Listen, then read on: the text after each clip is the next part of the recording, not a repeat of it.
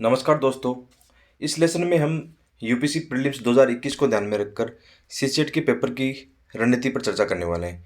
क्योंकि बहुत सारे दोस्तों का ये कमेंट आया था, मैसेज आया था कि सर थोड़ी सीसेट की पेपर की स्ट्रेटजी सही से बताई जाए और कुछ पैसेज को सोल्व करके बताएं कि हमारे सबसे समस्या हिंदी माध्यम को ये रहती है कि पैसेज हमारे से सही नहीं होते हैं। तो यहाँ पर मैं कुछ लॉजिकल चीज़ें और कुछ ट्रिक्स बताऊँगा जिनके माध्यम से पैसेज को भी आसानी से हल कर सकते हैं। दोस्तों, मेरा यूपीएससी को लेकर काफ़ी अच्छा अनुभव है। हिंदी माध्यम से मुझे 4 बार यूपीएससी मेंस देने का मौका मिला है और यानी कि 4 बार मैंने प्रीलिम्स आसानी से निकाला है हिंदी माध्यम में ही, और 3 बार मुझे इंटरव्यू फेस करने का मौका मिला है। तो मेरा ये अनुभव है कि मैं आसानी से सीसेट पेपर को निकाल सकता हूँ या निकालता आया हूँ। और इसमें एक चीज़ ये भी है कि जिन लोगों को भय है कि मैथ इसमें ज़्यादा आती है, रीजनिंग आती है, तो दोस्तों ऐसा कुछ नहीं है। मैथ मुझे भी समझ में कम आता है, लेकिन कोशिश करता हूँ कि ऐसे लॉजिकल चीज़ें जिनको आसानी से हम कर सकते हैं उनको किया जाए। पैसेज में करता हूँ हमेशा, मेरी हमेशा की तैयारी में ये रहा है कि मैं पैसेज का क्वेश्चन एक भी नहीं छोड़ता हूँ, क्योंकि मुझे बहुत अच्छा लगता है। क्योंकि हम यूपीएससी की स्टडी इतनी अच्छी कर लेते हैं, इतनी चीज़ें पढ़ते हैं, किताबें पढ़ते हैं, न्यूज़पेपर पढ़ते हैं, तो पैसेज को फिर सोल्व करना बहुत आसान होता है। लेकिन इसमें एक थोड़ा रिस्क फैक्टर ज़्यादा रहता है। इसलिए मेरी ये सलाह रहेगी कि यदि आप यहाँ घर पे प्रैक्टिस करके जाते हो, आपको पूरा विश्वास है, तभी पैसेज को ज़्यादा सोल्व करने की कोशिश करना। अदरवाइज आप पहले कोशिश करना कि रीजनिंग के क्वेश्चन सोल्व करना और मैथ के कुछ अच्छे क्वेश्चन सोल्व करना, तो इसमें श्योरिटी होती है। लेकिन मेरा अनुभव मतलब अन्य लोगों से अलग है कि मैं पैसेज और रीजनिंग को ज़्यादा महत्व देता हूँ। पैसेज का एक भी क्वेश्चन नहीं छोड़ता हूँ, रीजनिंग का भी एक क्वेश्चन नहीं छोड़ता हूँ। मैं लगभग 55 से 60 क्वेश्चन अटेम्प्ट लेने की कोशिश करता हूँ, जिसमें मेरे हमेशा मतलब ठीक ठाक स्कोर बच जाता है, हमेशा ठीक ठाक स्कोर आता है। तो इसमें सबसे पहले रणनीति की हम बात करेंगे और थोड़ा सा मैं अपना भी अनुभव बताऊंगा कि सीसीएट में मेरा क्या स्कोर रहा है। जैसे यहाँ पर मार्कशीट में देखना आप, जैसे मेरे यहाँ पर ये 2015 की मार्कशीट है, तो मेरा यहाँ सीसेट का स्कोर 130 स्कोर है। बिल्कुल आर्ट्स बैकग्राउंड्स है मेरा। मैंने मैथ 10th के बाद में नहीं पढ़ी है। मैथ मुझे बहुत कम समझ में आता है, लेकिन पैसेज और रीजनिंग अच्छे से समझ में आता है। मैं उन्हीं पर ज़्यादा फोकस करता हूँ और पेपर की स्ट्रेटजी पर ज़्यादा मैं ध्यान देता हूँ कि किस प्रकार मुझे पेपर सोल्व करना है। एक सीसेट के पेपर में सबसे बड़ी समस्या क्या है दोस्तों? भय मत पालना। एग्जाम में फेल होने की सबसे बड़ी संभावना होती है। आपकी तैयारी बहुत अच्छी होती है, लेकिन सी सेट का भय ऐसा होता है कि आपको एग्जाम में बिल्कुल डरा देता है, या आपके कुछ क्वेश्चन मैथ के गलत हो गए, या आप क्वेश्चन समझ नहीं पा रहे हो, वहाँ अपने मतलब होश आवास खो देते हो। सबसे बड़ी समस्या हिंदी माध्यम के साथ यही आती है, या विशेषकर जिनको मैथ समझ में नहीं आती या पैसेज जिनके साथ समस्या आती है पैसेज में, वो ये क्या करते हैं, एग्जाम में अपना धैर्य खो देते हैं और साहस की भावना नहीं रखते हैं। दोस्तों, मेरा 3 बार लास्ट ईयर जो लगातार प्री निकला है, इसमें अनुभव ये है कि मुझे भी ये समस्या फेस हुई थी कि अचानक मतलब सीसेट के कारण थोड़ा घबरा गया था या पसीना आने लगा। लेकिन मन में ये विश्वास रखा कि नहीं यार, ये सीसेट पेपर नहीं निकलेगा ना, तो मतलब कहीं ना कहीं मेरा मेंस अच्छा है, मैं इंटरव्यू तक नहीं पहुंच पाऊंगा या मेरा फाइनल सिलेक्शन नहीं हो पाएगा। तो मेरे मन के विश्वास नहीं, यानी मेरी जो जीत की भावना थी ना कि यार मैं कर लूंगा, चाहे कुछ भी हो जाए, कैसा भी पेपर आए, एकदम अच्छे से सांस लेके ठंडा पानी अपने साथ में रखना। ये देखना सीसेट के पेपर में होगा, थोड़ी घबराहट होगी, मैं जानता हूँ इसमें आपकी मतलब ये हृदय की गति भी बढ़ेगी, लेकिन ठंडा पानी पास में रखना, मन में आत्मविश्वास बनाए रखना। पेपर रुकने वाला नहीं है, थोड़ी सी स्ट्रेटजी करके जानी है। मतलब अभी 3 महीने मैं जानता हूँ कि जैसे मेरे साथी काफ़ी हैं जो लगातार से मतलब 3 बार लगातार मतलब सीसेट फेल है। तो मैं भी उनको हमेशा यही बोलता हूँ कि यार, सीसेट के पेपर केवल आपको माइंड चेक कर रहा है, आपकी माइंड सेट चेक कर रहा है कि आप मतलब सिविल सेवाओं के लिए सूटेबल हो कि नहीं हो। ये मतलब आपको यहीं बाहर कर देगा यदि आप सूटेबल नहीं हो, यानी आपके अंदर भय है, या आप डरते हो, या मतलब आप सिचुएशन से घबराते हो, या धैर्य आप में नहीं है। तो ये चीज़ें इस सीसेट वाला पेपर चेक करता है। तो इसमें एक शानदार स्ट्रेटेजी हम जानने वाले हैं। आप बिल्कुल भी घबराना मत, लेसन पूरा देखना। और दो मैं पैसेज यहाँ पर एग्जांपल देके बताऊंगा कि लॉजिकली पैसेज कैसे सोल्व किए जाते हैं। और यदि आगे आपकी और डिमांड होगी तो मैं 2-4 सालों के जो पैसेज के पेपर है, जो मतलब सीसेट के अंदर अपने पैसेज है, या रीजनिंग के कुछ अच्छे सवाल है, मतलब रीजनिंग में तो चलो हर कोई कहीं पोर्टल पे मिल जाएगा, लेकिन पैसेज के मैंने लेसन बहुत कम देखे हैं। और सबसे ज़्यादा समस्या लोगों में यही आती है, हिंदी माध्यम विशेषकर आती है, कि पैसेज के साथ उनके साथ मतलब ऐसा होता है कि समझ में नहीं आ रहा क्या आंसर होगा, क्या गलत होगा, क्या सही नहीं होगा। तो कुल मिलाकर बात, हम 2 पैसेज के एग्जाम्पल लेंगे, आप लेसन पूरा देखना। आपकी और डिमांड हो तो मुझे कमेंट में बॉक्स में डालना कि सर और पैसेज सोल्व करो, हमसे होता नहीं है, तो मैं 2-4 सालों के पैसेज के पेपर ले लूँगा, ठीक है, जो पैसेज क्वेश्चन आए उनको ले लूँगा। तो यहाँ पे मेरा अनुभव मैंने बता दिया है। और जैसे 2018 के एग्ज़ाम में मेरा लगभग 92 स्कोर रहा है, ठीक है। इस साल 2019 में भी मेरे 70, मतलब मैं पास पास हुआ हूँ। मुझे कोई चिंता नहीं थी, 3-4 साल से कोई खास सीसेट को पढ़ा भी नहीं था, ओनली 2-4 साल के पेपर निकाले, कंफर्टेबल था कि निकल जाएगा आराम से। तो एक्स्ट्रा कोई मेहनत नहीं की, आराम से निकल गया। 70 नंबर न अच्छे न बुरे हैं, मतलब पेपर निकला, इंटरव्यू तक आराम से पहुँचा, ठीक है। तो ये मेरी मार्कशीट इसलिए दिखा रहा हूँ कि आप लोगों को विश्वास हो कि कोई मतलब हिंदी माध्यम से जो लोग फाइनल सिलेक्शन लेते हैं या जिनका इंटरव्यू कॉल होता है, वो कोई एक्स्ट्रा ऑर्डिनरी नहीं होते हैं, या उनकी मैथ अच्छी होती है, या उनका रीजनिंग बहुत अच्छा होता है। आपके जैसे हैं, जैसे आप हो ना वैसे ही ही मतलब टॉपर्स होते हैं, तो आप इस चीज़ को विश्वास करो। आते हैं फिर बैक वापस स्ट्रेटजी पर। सबसे पहले आपको क्या करना है, मैं यार आप लोगों को पढ़ने की बजाय सबसे पहले ये चीज़ ही बोलना पसंद करूंगा कि सीसेट के पेपर को लेकर सबसे पहले अपने भय है ना, इसको निकाल दो। भय मतलब बेकार चीज़ है, मैं इस बात को मानता हूँ। शुरुआती स्तर पर जब मैंने भी तैयारी शुरू की तो सीसेट के भय को लेकर मेरे अंदर भी काफ़ी भय था। और जब हमने तैयारी शुरू की थी 2012-13 के अंदर, उस समय तो सीसेट का पेपर क्वालिफाइंग नहीं था दोस्तों, हमें तो नंबर ज़्यादा लाने होते थे, क्योंकि कट ऑफ उस समय आप जानते हो कितनी भयंकर कट ऑफ जाती थी। सीसेट के मार्क्स जुड़ते थे कट ऑफ में, इसलिए हमने तो तैयारी उस समय से की थी मतलब। तो कहीं ना कहीं मतलब हमारे अंदर भय था, लेकिन इतनी मेहनत कर ली थी कि बाद में आपने देखा जैसे सी सेट में 130 स्कोर आ रहा है, 120 भी आ रहा है, 110 ऐसा स्कोर मेरे कई बार रहा है। मतलब लगभग मेरा ये अनुभव ये रहा है कि मेरे सी सेट में कभी मतलब जैसे क्वालिफाइंग वाला है इसमें कभी फेल नहीं हुआ। तो आप लोगों की ये चीज़ बता सकता हूँ जो चीज़ें मैं फेस करके आया हूँ प्रीलिम्स एग्जाम में, कि भय सबके होता है, मुझे भी भय होता है, लेकिन उस समय मन का जो आत्मविश्वास है ना वो आपको जिताता है। और आत्मविश्वास के लिए एक ही चीज़ काम आती है, आपकी मेहनत। प्रैक्टिस प्रैक्टिस प्रैक्टिस, यही आपकी चीज़ काम आएगी, ठीक है ना। इस चीज़ को ध्यान रखना है। और अभी 90 दिन है हमारे पास, है ना। 90 दिन सफिशिएंट होते हैं दोस्तों। अभी से आप पहली बार भी सी सेट तैयार करो ना, और एक स्मार्ट स्ट्रेटेजी अपनाओगे तो सी सेट का पेपर नहीं रुकेगा दोस्तों। इसको थोड़ा सीरियस लेना है। मैं जानता हूँ लास्ट ईयर भी मैं ऐसे बहुत सारे स्टूडेंट से जुड़ा हुआ था जो सी सेट को लेकर भय कर रहे थे। मैंने उनको बोला भी था कि यार आप जीएस पे इतना फोकस क्यों कर रहे हो, सी सेट को भी तो थोड़ा साथ लेकर चलो। उन्होंने ये बात नहीं मानी, और बहुत सारे ऐसे मेरे स्टूडेंट हैं या मेरे दोस्त हैं, है ना, जो सी सेट में मतलब फेलियर हो गए, ठीक है। तो ये सबसे बड़ी मतलब सब लोग बोलते हैं ये करो वो करो, मैं तो सबसे पहले यही बोलूँगा आपको, आपका जो भय है ना इसको दूर कर लो यार। बिल्कुल एकदम निश्चित हो जाओ। इसके लिए क्या करना होगा, बहुत अच्छी मेहनत करनी होगी, 90 दिन में मेहनत कर लो। इसके अलावा निडर बनना है। आपकी कड़ी मेहनत आत्मविश्वास ही आपको सफल बनाएगा। इस बात को गांठ बांध लो, है ना, माइंड में रख लो, दिल से जोड़ लो, विवेक से जोड़ लो इसको, ठीक है। अब क्या करना है, ये तो बात होगी, चलो मोटिवेशन की बात होगी कि भाई सबसे पहले ये करना है, लेकिन करना क्या है। मतलब करना ये है कि आपके जो प्रीवियस ईयर के पेपर है ना 2011-20 के, ये आपके रामबाण है, ठीक है। 10 साल के पेपर है।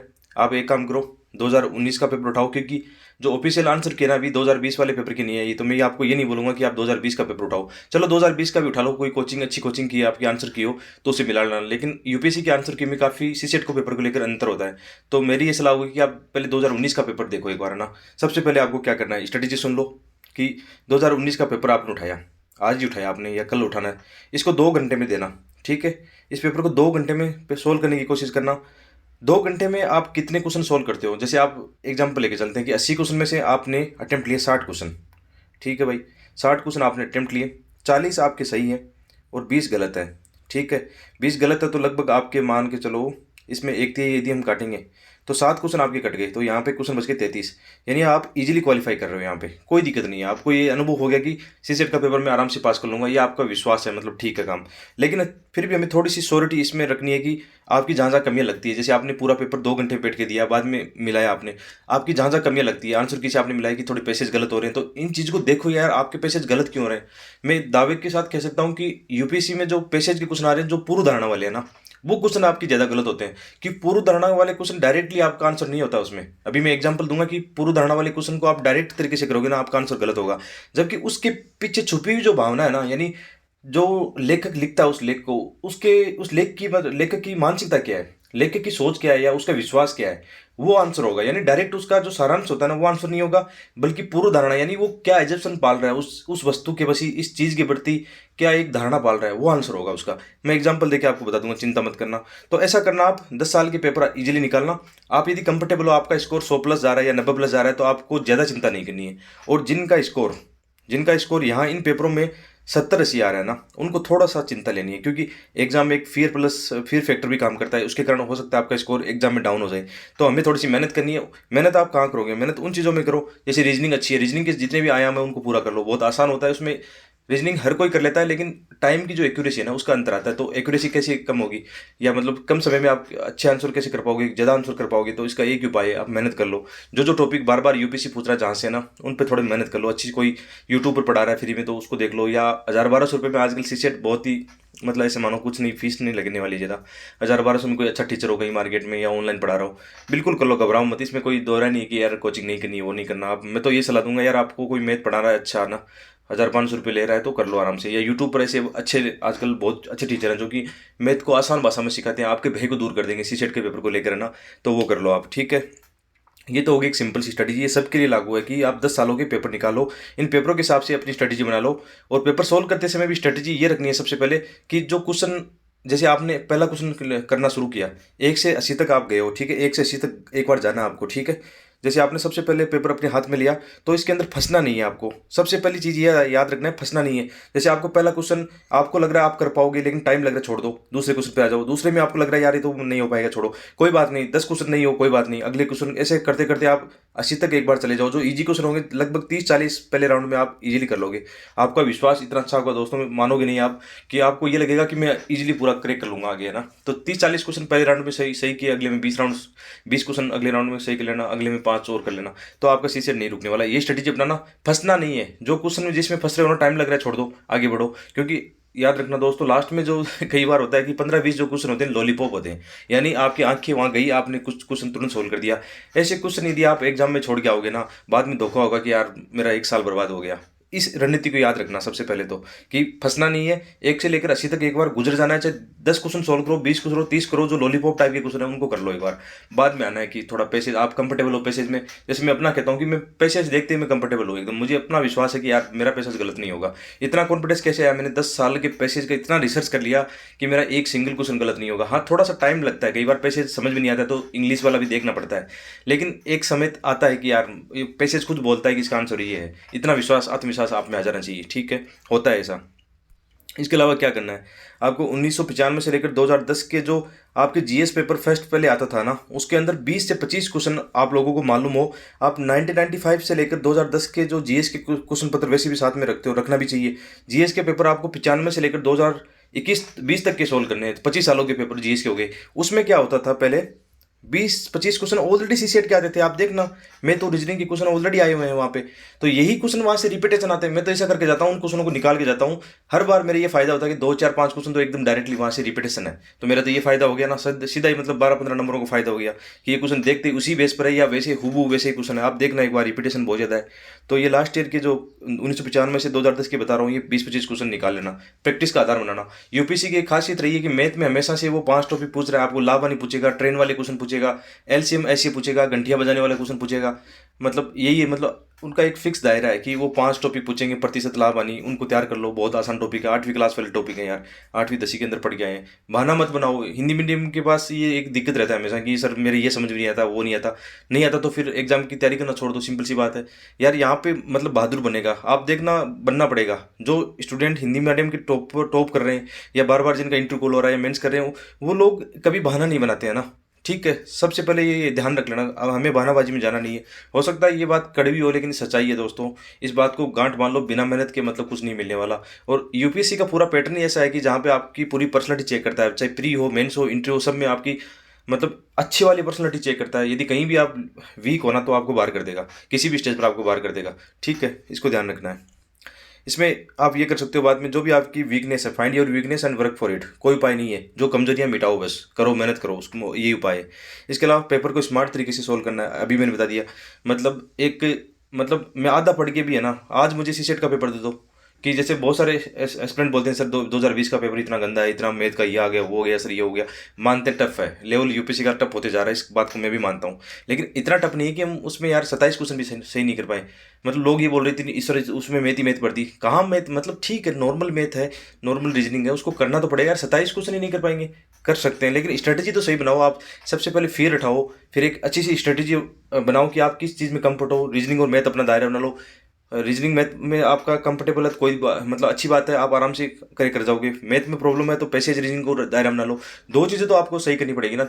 चलो आपकी तीसरी चीज़ ठीक नहीं है, लेकिन दो चीज़ें आपको अच्छी करनी पड़ेगी, तभी सीसे निकलेगा, तो निकल जाएगा। फिर हटाना है, मस्त रहना है एकदम। अब आगे मैं थोड़ा सा आपको 2 पैसेज यहाँ पे सोल्व करके बताता हूँ। और मैंने यहाँ पे जो पैसेज लिए 2019 के पेपर के लिए, क्योंकि जो यूपीसी की जो आंसर की अभी 2019 की आई है, 20 की तो आप जानते हो कि एग्जाम जब फाइनल रिजल्ट आएगा 20 का, उसके बाद में ही आंसर क्या आएगी, तो हम अभी उन पर बात ही नहीं कर सकते कि आंसर क्या होने वाला है क्या, क्योंकि उसमें गलतियाँ बहुत हो सकती है कोचिंग वाले पर। तो मैं यहाँ पे 2 छोटे पैसेज लेने की कोशिश करता हूँ, कि बड़ा पैसेज लूँगा तो इसमें काफ़ी टाइम लगेगा। और आप लोगों की यदि डिमांड आगे भी रहेगी कि सर कुछ कुछ पैसेज और सोल्व करवा दीजिए, तो मैं कोशिश करूँगा कि कुछ पैसेज आप लोगों के लिए और सोल्व करूँ। ठीक है। और यहाँ पे ये नहीं कि मैंने ये पैसेज के आंसर देख लिए वो देख लिए, इससे कोई फर्क नहीं पड़ता। मैं पिछले लगातार 4-5 सालों से वैसे भी कभी सीसेट पेपर में फेल नहीं हुआ हूँ, और मेरी स्ट्रेटजी ये रही है कि मैं पैसेज को सोल्व करता हूँ। शुरू वाले जो अटेम्प्ट थे मेरे, 1-2 अटेम्प्ट, उसमें मेरे पैसेज के अधिकांश क्वेश्चन गलत थे, मैं मानता हूँ। पहले अटेम्प्ट में, दूसरे अटेम्प्ट में 50-50 रेशियो रहा कि मेरे पैसेज के अधिकांश क्वेश्चन गलत थे। लेकिन अगले वाले अटेम्प्ट में जो गलतियां थी ना, मैंने उनको सीख लिया कि मैं कहाँ गलती कर रहा था, कैसे पैसेज के क्वेश्चन को हैंडल कर रहा था। सीधा सीधा जो आंसर होता है वो फ्लैट आंसर देने की कोशिश कर रहा था, जबकि पूर्व धारणा वाले क्वेश्चन में बार बार बोल रहा हूँ, इसमें थोड़ा उल्टा आंसर होता है। अच्छा, एक ट्रिक भी होती है, लॉजिकल भी इनमें चीज़ें होती हैं, अभी समझेंगे। जैसे पहले पढ़ लेते हैं थोड़ा सा। जैसे ये यहाँ से हम इस पैसेज को पढ़ने वाले हैं कि मृदा जिसमें हमारे लगभग सभी खाद्य पदार्थ उगते हैं एक जीवित संसाधन है। यानी मृदा को ये मान रहा है जीवित संसाधन, जिसके बनने में वर्षों लगते हैं। ये हमें जीएस में पढ़ के आते हैं, तो नॉर्मल चीज़ें तो हमारे समझ में आती है क्या कहना चाह रहा है, तथापि ये मिनटों में नष्ट हो जाती है। यानी मृदा को बनने में बहुत टाइम लगता है, नष्ट तो बहुत जल्दी हो जाती है। प्रति वर्ष 75 बिलियन टन जो मृदा है वो क्या हो जाती है, अनउपजाऊ या उर्वर हो जाती है, के कारण नष्ट हो जाती है। ये चिंताजनक है, सही बात है। और केवल खाद्य उत्पादकों के लिए नहीं, मतलब ये चिंताजनक केवल खाद्य उत्पादों के लिए नहीं, ये लेखक ये कह रहा है केवल इसके लिए नहीं है, और भी समस्या है इसमें। ये चिंताजनक है, ये बोल रहा है ये चिंताजनक है, और केवल खाद्य उत्पादकों के लिए नहीं। इसका मतलब मृदा जो नष्ट होती है, ये चिंता का कारण केवल खाद्य उत्पादकों के लिए नहीं, एक और चीज़ इसने छोड़ दी है कि वनस्पति भी हो गई, या मतलब जो भी जीवोम बायोम, जो भी मृदा एक पारितंत्र होता है उसके हिसाब से, उन सब चीज़ों को इसमें शामिल कर दिया। ठीक है। मृदा विशाल मात्रा में कार्बन डाइऑक्साइड को, कार्बनिक ऑर्गेनिक कार्बन को रोके रख सकती है। ये बात सही है कि मिट्टी के अंदर काफ़ी जो डीके पदार्थ होते हैं, ऑर्गेनिक जो मैटर होता है वो काफ़ी होता है इसके अंदर। ठीक है। और वायुमंडल में उन्मुक्त होने से बचाए रखती है, ये बात सही है। जैसे आप इसमें पर्माफ्रॉस्ट का एग्जांपल देखते हैं, तो पर्माफ्रॉस्ट काफ़ी ज़्यादा ऑर्गेनिक मैटर अपने अंदर छुपाए रखता है, और यदि पर्माफ्रॉस्ट पिघलता है तो फिर ये ग्लोबल वार्मिंग को नुकसान पहुंचाएगा। तो ऐसी धारणा, ऐसी मन में चीज़ें घुमाना कि यार क्या रिलेट करना चाह रहा है, ठीक है, क्या इसे आंसर हो सकता है। ठीक है। अब देखो, मैं यदि इससे सीधा सीधा आंसर करूँ एक बार, है ना, तो मेरा आंसर सही होगा या गलत होगा, ये चेक कर लेते हैं। ठीक है, एक बार देखते हैं। उपयुक्त परिच्छेद के आधार पर पूर्व धारणा, अब यहाँ पे है ना नजरे जमाना और थोड़ा जागरूक हो जाना कि यार पूर्व धारणा वाला क्वेश्चन सीधा सही नहीं होगा, याद रखना। उसके पीछे लेखक की क्या मानसिकता है, क्या अप्रत्यक्ष आंसर होगा? जी हाँ, इसका अप्रत्यक्ष आंसर होगा। जैसे देखने की कोशिश करते हैं कि बड़े पैमाने पर मृदा का शरण विश्व में व्यापक खाद्य सुरक्षा का प्रमुख कारण है। ठीक है, मान सकते हैं इसने एक खाद्य सुरक्षा की बात की। यदि मैं डायरेक्ट क्वेश्चन करूंगा तो मैं इसको सही मानूंगा। ठीक है, मान सकते हैं कि यार हाँ यार हो सकता है। यही होता है, जब आप इस क्वेश्चन के डायरेक्ट आंसर करोगे तो इस फैक्ट को आप सही मानने की कोशिश करोगे। ठीक है, मानते हैं, एक बार चलते हैं आगे। ठीक है। मृदा का शरण मुख्यतः मानवोद्भिद कारण एंथ्रोपोजेनिक है। कहाँ इस लेख में बात की? कहीं बात नहीं की, 2 नंबर को काट दो। ठीक है। मृदा का शरण मुख्यतः मानव, मतलब मानव जिम्मेदार, कहीं इसमें बात नहीं की। मृदा के धारणीय प्रबंधन से जलवायु परिवर्तन का सामना करने में मदद मिलती है, कहीं लेख के द्वारा, मतलब कहीं इसमें सीधी बात नहीं की गई, लेकिन अप्रत्यक्ष बात की है। कहाँ बात की है? कार्बन डाइऑक्साइड वाला ये जो मैटर है ना, हाँ भाई, मृदा प्रबंधन कहीं ना कहीं इस चीज़ को देता है, तो अप्रत्यक्ष आंसर ये भी सही है। तो अपने बेस्ट आंसर इसमें क्या हो सकते हैं? देखो, आंसर चुनना, इसमें बेस्ट आंसर अपने क्या हो सकते हैं? अभी चुनना हो तो अपने, एक प्रोबेबिलिटी है कि एक हो सकता है, 2 को काट दिया, 3 भी हो सकता है। तो 1 और 3 वाला ऑप्शन देखो कहीं आप। ठीक है, या पहले एक काम करो, 2 वाले को काट दो, इसमें भी 2 कट गया, इसमें भी 2 है, इसमें भी 2 कट गया अपना आंसर अपने आप बोल रहा है। ठीक है, देखो, 2 जो जहाँ कट गया, 2 कट गया, 2 कट गया, आंसर अपने आप बोल रहा है 3, केवल 3 आंसर दोस्तों इसका भी होगा। देखो, पहले हमने जब क्वेश्चन को पढ़ा ना, तो अब हमें क्या लगा कि ये भी हो सकता है, खाद्य सुरक्षा वाला एक हो सकता है, लेकिन ये एक्सट्रीम सिचुएशन है कि प्रमुख कारण है। प्रमुख कारण मतलब केवल एकमात्र ये कारण है या विशेष कर ये कारण है, तो ऐसी कहीं बात नहीं की। मे भी हो सकता है, नहीं भी हो सकता है, वो अलग बात हो सकती है, लेकिन चलो हम ये डाउट, अपना डाउट मान के चलते हैं कि चलो ये भी हो सकता है, कि हो सकता है आंसर 1 और 3 और 2 तो कट गया हमारा, ये तो कहीं बात नहीं है। ठीक है, इसका मतलब आंसर क्या हुआ? 2 काट दो, फिर अपना एक अपने आप कट गया आंसर। इसमें बेस्ट आंसर कौन सा है? केवल भी, केवल 3। कुछ मतलब कुछ समझ में आ रहा होगा ना, कुछ चीज़ें सीखी होगी, कोई बात नहीं, आगे एक और देखते हैं। चलो एक और सोल्व करते हैं। ठीक है, यही अनुभव है मेरा कि मैं ऐसे ही करता हूँ कि जो प्रीवियस ईयर के पेपर की सीसेट के पेपर है उनके साथ खूब खेलता हूँ। होने तो गलत होता है, तो होने तो होगा, सबका गलत होता है। मैं ये नहीं कह रहा हूँ कि मेरे सभी के सभी सही होते हैं, नहीं भाई, ऐसे नहीं है। 30 क्वेश्चन करता हूँ तो 25 सही होते हैं, 5 गलत होते हैं, या कभी कभी 20 सही होते हैं, 10 गलत होते हैं। और 10 मेरे गलत क्यों है, मैं इसको वाच करता हूँ कि यार मैं कहाँ गलती कर रहा था इस पैसेज में। मैं कहीं डायरेक्ट आंसर ढूंढ रहा था, या जो एक्सट्रीम सिचुएशन वाले, मतलब जो लाइनें हैं उनको भी मतलब सही मान रहा हूँ, कई बार ये होता है। ठीक है, चलो इसको देखते हैं एक बार, कि असमानता न केवल दिखाई देती है बल्कि अनेक उदाहरणों में सांख्यिकी रूप से मापी जा सकती है। आप जैसे असमानता, गरीबी वाली जो बातें हम आंकड़ों में, डाटा में देखते हैं, इजीली मापी जा सकते हैं। ठीक है, किंतु इसे संचालित करने वाली आर्थिक शक्ति ने तो दिखाई देती है। अब असमानता कौन सी आर्थिक ताकतों की वजह से है, ये लेखक बोल रहा है दिखाई नहीं देती और नहीं मापी जा सकती, उसको हम माप नहीं सकते।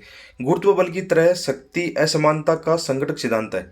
मतलब गुरुत्व बल की ही तरह शक्ति असमानता का असंगठित सिद्धांत है, चाहे वह आय हो या संपत्ति, लिंग, वर्ष, धर्म, क्षेत्र किसी भी हो।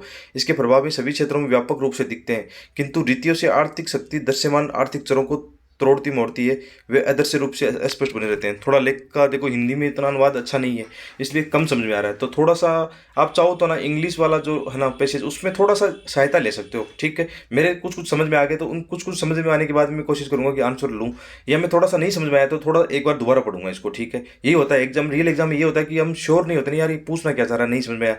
यहाँ तक कोई दिक्कत नहीं था, है ना, यहाँ तक ईजी था।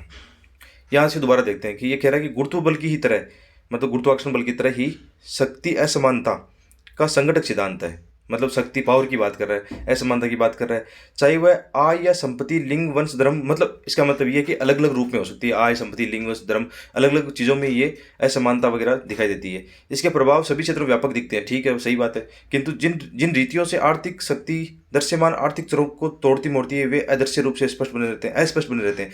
यानी आर्थिक शक्ति को तो ये बात ये कर रहा है कि ये मतलब दिखाई नहीं देती क्या हो रहा है क्या नहीं हो रहा। चलो ये क्वेश्चन भी पूर्व धारणा वाला है, ठीक है, ये पूर्व धारणा वाला, ये तो समझ जाना, पूर्व धारणा देखते समझ जाना, डायरेक्ट आंसर नहीं होगा। और जो एक्सट्रीम सिचुएशन होती है ना, कि एकदम फुल्ली उसको गलत मान रहा है या फुल्ली सही मान रहा है, उनको उनको भी गलत मानना है, हमें उनका आंसर नहीं देना है, ठीक है। जैसे किसी समाज में असमानता के होने के लिए आर्थिक शक्ति ही एकमात्र कारण है। ये देखो दोस्तों, एक्सट्रीम सिचुएशन है, एकमात्र कारण नहीं हो सकता, तो सर कम से कम इसको हम एक बार काट सकते हैं, ठीक है। एक बार काटते हैं तो हमारा आंसर सोल्व होता है, कि देखो यहाँ पे से इजीली सोल्व हो जाएगा। ये कट गया एक, कट गया एक, कट गया एक, आंसर बी। आप चाहे 2020 के आंसर की मिलाना एक बार ऐसे ही करके देखना, आपको पैसेज 50-50 समझ में आएगा। मानता हूँ इस बात को कि पूरा समझ में कभी कभी नहीं आता है, ठीक है, लेकिन स्टेटमेंट से आप खेलोगे ना तो आपकी एक आदत बन जाएगी प्रैक्टिस करने की, और माइंड आपका इतना अच्छा एक्टिव होकर काम करेगा, आपका भय दूर कर देगा। तो ये 2 पैसेज हमने किए, आगे मैंने किया ही नहीं, देखो एक्सट्रीम सिचुएशन वाले को मैंने यहाँ पे काट दिया। लेकिन ये मैं गारंटी नहीं देता हूँ कि 100% ये एक्सट्रीम सिचुएशन वाले सही होते, कभी कभी गलत भी हो सकते हैं। लेकिन ये डिमांड, क्वेश्चन की डिमांड, मान लो ये पैसेज अभी कहता कि एकमात्र ये कारण है, तो हमें सही मानना पड़ता फिर, ठीक है। लेकिन कभी कभी ये ध्यान रखना, इसमें रेशियो की बात करें तो मतलब 70-30 या 90-10 का रेशियो हो सकता है, कि एक्सट्रीम सिचुएशन वाले सही या गलत हो सकते हैं। यानी कुल मिलाकर बात यह है कि इनको जो भी एक्सट्रीम स्टेटमेंट आता है कि एकमात्र कारण है, सभी सही है, या मतलब यही सब कुछ होगा, वो अक्सर गलत होते हैं, ठीक है। आगे तो इस प्रकार हमने कोशिश की कि 2 पैसेज यहाँ पे सोल्व कर लिए हैं, ठीक है, 2 पैसेज सोल्व किए हैं। आगे यदि आपकी डिमांड होगी तो बनाऊंगा, नहीं डिमांड होगी तो कोई बात नहीं, नहीं बनाऊंगा, ठीक है। बहुत बहुत धन्यवाद। ये सिंपल सी एक स्ट्रेटेजी थी, पसंद आए तो लेसन को लाइक करना, अपने दोस्तों के साथ शेयर करना, जो लगातार सीसेट फेल हो रहे हैं उनको बताना कि आप भी इस तरीके से एक अच्छी अप्रोच, स्मार्ट अप्रोच बना के ईजिली आंसर कर सकते हो। Thank you.